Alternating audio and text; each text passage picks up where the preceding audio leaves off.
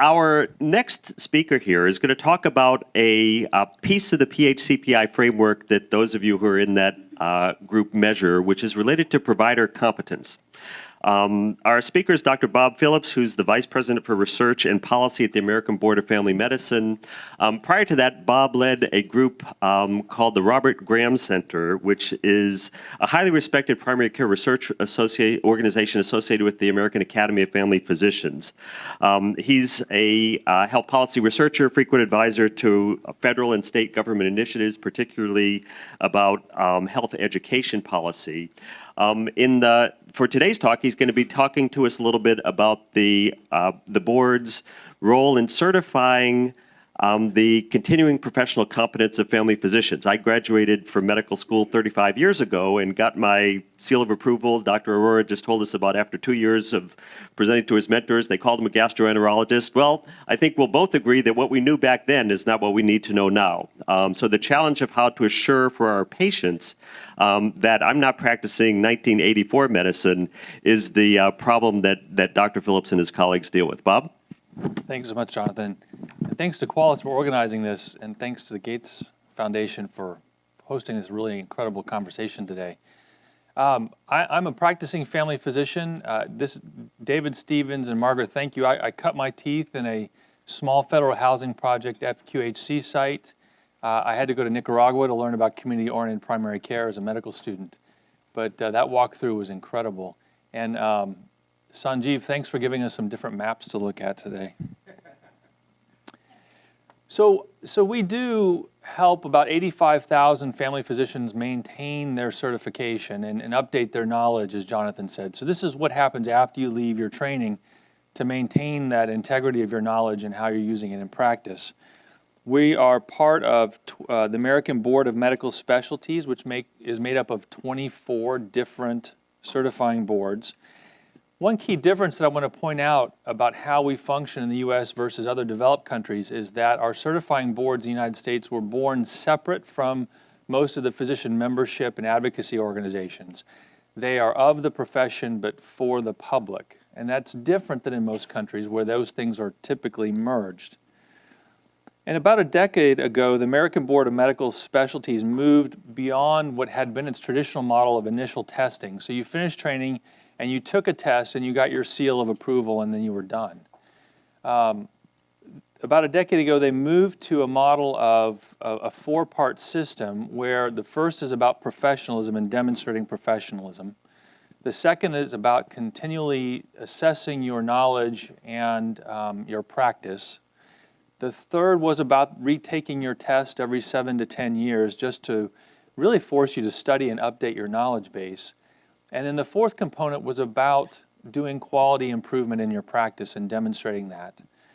And that process, while it really changed the model of recertification, it led to this, a headline in the Wall Street Journal about 2 years ago. There was a real backlash against that process. It was new. Some of our boards had a lot of grandfathers, folks who took the exam and didn't see a need to engage in this process. And that backlash was important. The American Board of Family Medicine integrated its system gradually over that 10 years, really listening to physicians. And while we've certainly had some backlash, it hasn't been as bad as some of our sister boards.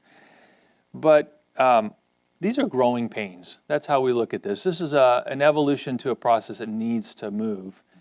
Where I get more concerned is when I see payers announcing that they can measure our quality using claims data.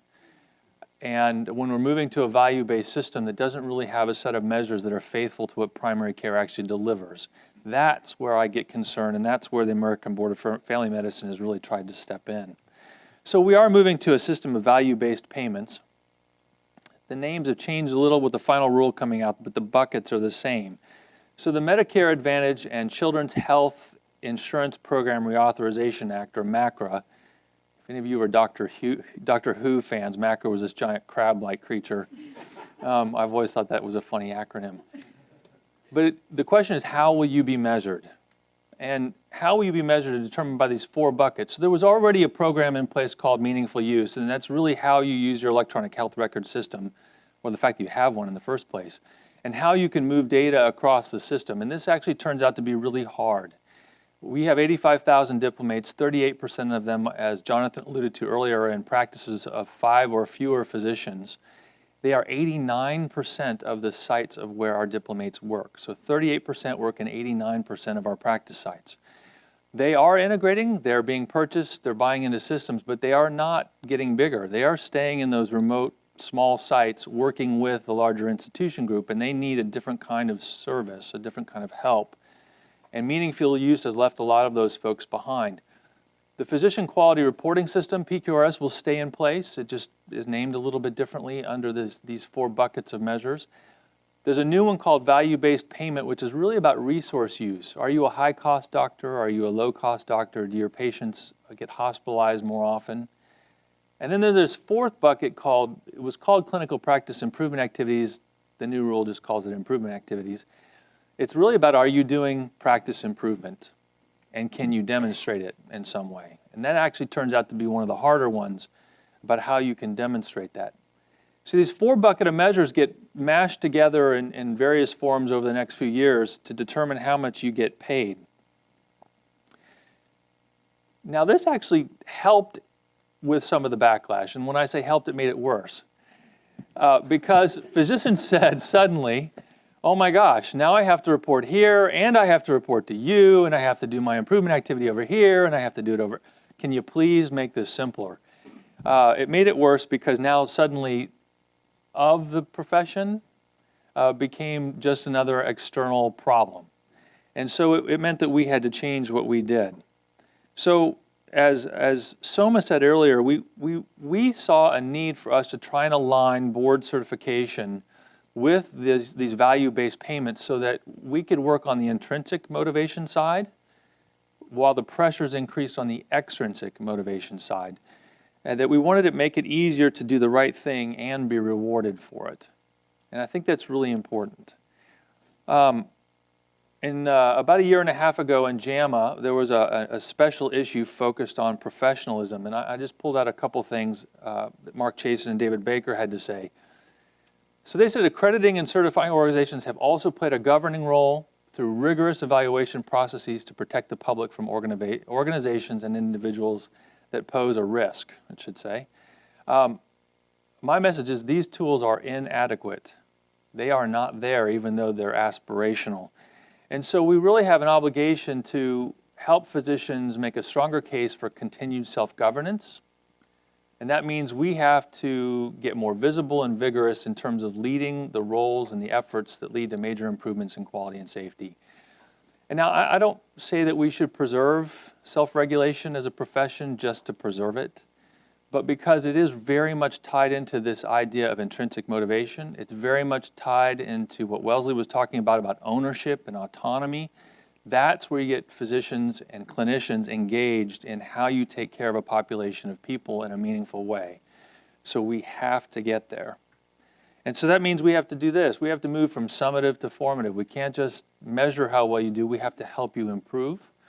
And we have to move from tests to tools. That really is what certification has to move to. And frankly, I think in some of the developing countries, they actually do some of this better. Our physicians are frustrated. They're very frustrated. Not as bad as the Mayo Clinic survey would suggest, where 60% of family physicians were said to be burned out. We actually do a cross-sectional census of our diplomates every year, and our data say it's about 24%. That's nothing to celebrate. It's still very high and growing, but it says it's not as bad, and we have a window of opportunity here to move. So we're not retreating from this challenge, but we are listening very carefully to our diplomates and trying to make some strategic investments to evolve. Because we think physicians are intrinsically motivated by timely feedback, but really only if the measures matter. So these vertical measures, these disease-oriented measures that we have right now, and family medicine has the most measures of anybody. If you look in the CMS lists, we have 94 of our own, and then we have the cross-cutting measures that add up to about 140. It's too many, and they're too specific about diseases.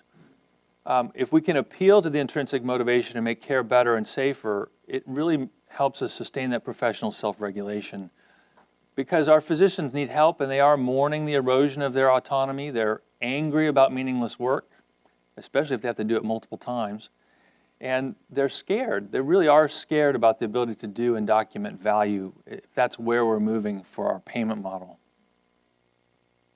So our evolution is on many fronts, but one of them is that we've launched a national registry for primary care because we knew that a lot of those small practices could not actually get their data out of their electronic health record and turn it into information. So our registry is really designed to do a number of things.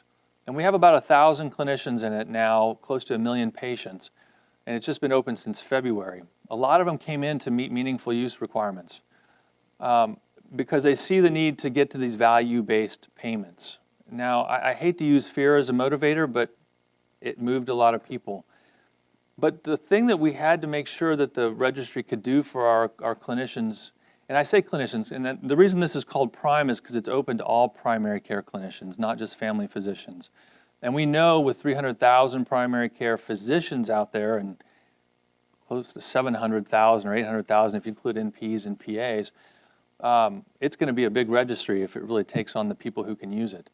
It has to give them the kind of dashboard that Margaret's doctors have and that Soma's doctors have. It has to, and that's novel for a lot of these practices. It have to be able to pull up and look at their quality measures across their population and then be able to dive into it to figure out which of their patients are in their gaps. It has to do those things.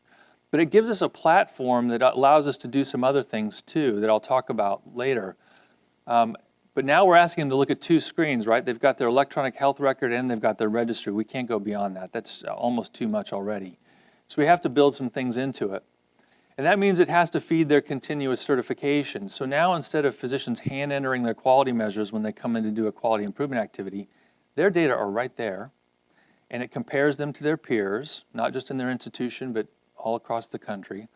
And then it says, here are the quality improvement activities that most align with your gaps.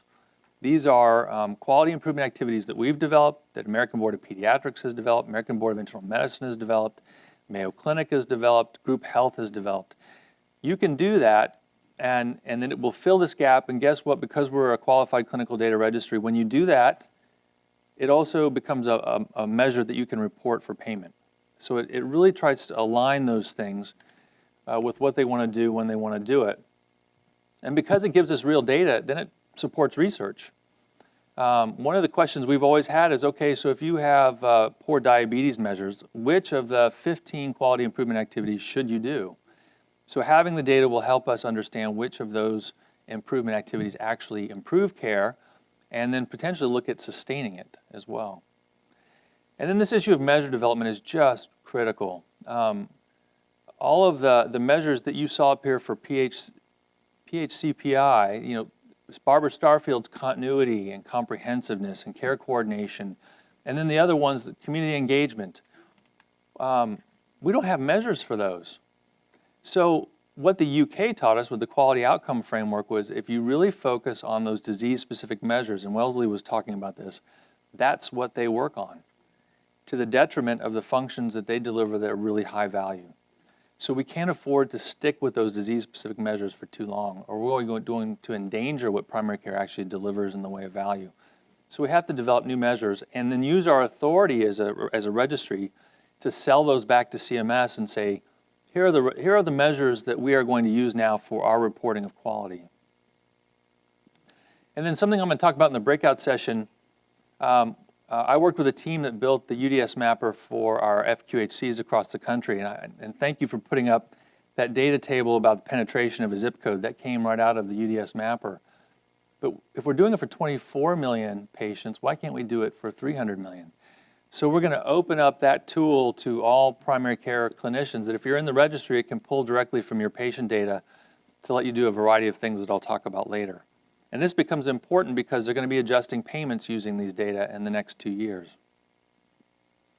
So we really are trying to evolve as a certifying board, and I think there are some lessons for developed countries and developing countries about what that means.